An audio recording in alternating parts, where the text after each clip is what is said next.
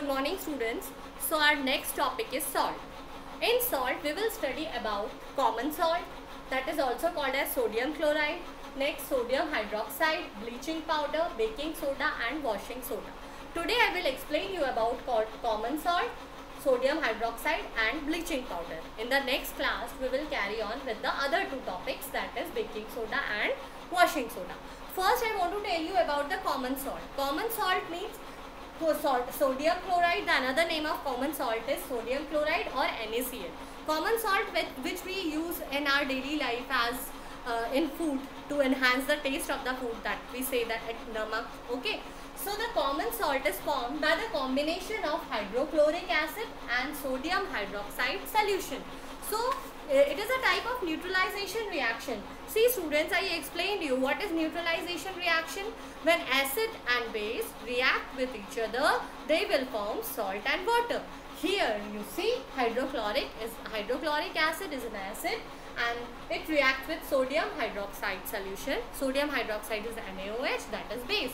When they both react with each other, they will form salt and water. Salt is what? NaCl. That is salt that we use in our daily life. So we can see the salt is extracted from the sea water. Sea water consists of many salts and we are extracting the salt with the sea water. Many parts of our you can see in many parts this deposits of solid salts are found in several parts of the world. The large crystals are often brown due to these impurities, and these large brown crystals that consist of impurities are called as rock salt. After the process of crystallization, we will get the NaCl. Okay, so we can say the common salt thus obtained is an important raw material for various material of daily use, such as sodium hydroxide, baking soda, washing soda, and you can say the bleaching powder and more. Okay, so first we will study about caustic soda, or the another name of caustic soda is sodium hydroxide, NaOH. So we can get this NaOH from NaCl. See, first you have to do the electrolysis of brine solution. What is brine solution? Brine solution is nothing but that is a mixture of salt and water. See here, NaCl plus water, it will form the brine solution. When we will do the electrolysis of brine solution, see here, while electrolysis, we are taking this brine solution here and we are connecting it with two electrodes. One is negative electrode and another is positive electrode. Negative electrode is called as cathode and positive electrode is called as anode. And then we will connect it with the voltage or electricity. After passing the electricity, the electrolysis is happen. Electrolysis starts. When electrolysis takes place, NaCl breaks down to Na plus and Cl minus. When electrolysis of H2O takes place, it will get splits down to H plus and OH minus. So we know that the tendency of positive ions is to get attract towards the negative electrodes, and tendency of negative ions is to get attract towards the positive electrodes. So here you can see the Na plus and H plus. These two are the positive ions. So they are having the tendency to attract towards the negative electrode. Here the negative electrode is cathode. But here the Na plus will stay here only and H plus go and attracts towards the negative electrodes, that is cathode. Why Na plus resides here only? Because Na is very reactive ion. Okay, it's very reactive and it's very happy to stay as it has reactive state, that is Na plus. It's their reactive state. So it will form it will remain as that only, Na plus only, and here H plus get attracted towards the cathode. And again see where are the negative ions here. So Cl minus is a negative ion and OH minus is a negative ion. Here the OH remains here only and Cl get attract towards the anode, because the size of Cl is comparatively very large to as that of OH. and because of its large size, the outermost electron is not as much attracted to the nucleus. So they are having the tendency to attract to the anode. Okay. So Cl get deposited, or you can say the Cl gets attracted towards the anode. Clear? So here you can see at cathode H plus gains electron. Whenever anything gain electrons, it will get reduced.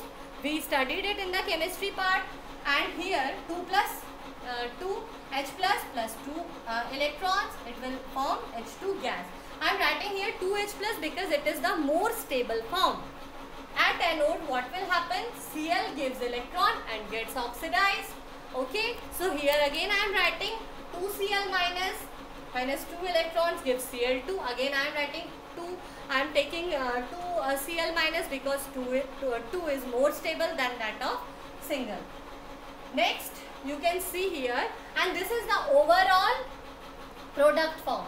Here you can see 2 NaCl plus 2 H2O means 2 sodium chloride reacts with water in the presence of electric current. The overall product will be sodium hydroxide. I told you they will reside here only, so, Na and here OH. Okay, so sodium hydroxide resides only, NaOH, and Cl2 we are getting at anode, and H plus we are getting at cathode.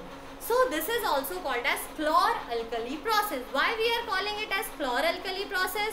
Because chlor is for chlorine and alkali is for sodium hydroxide.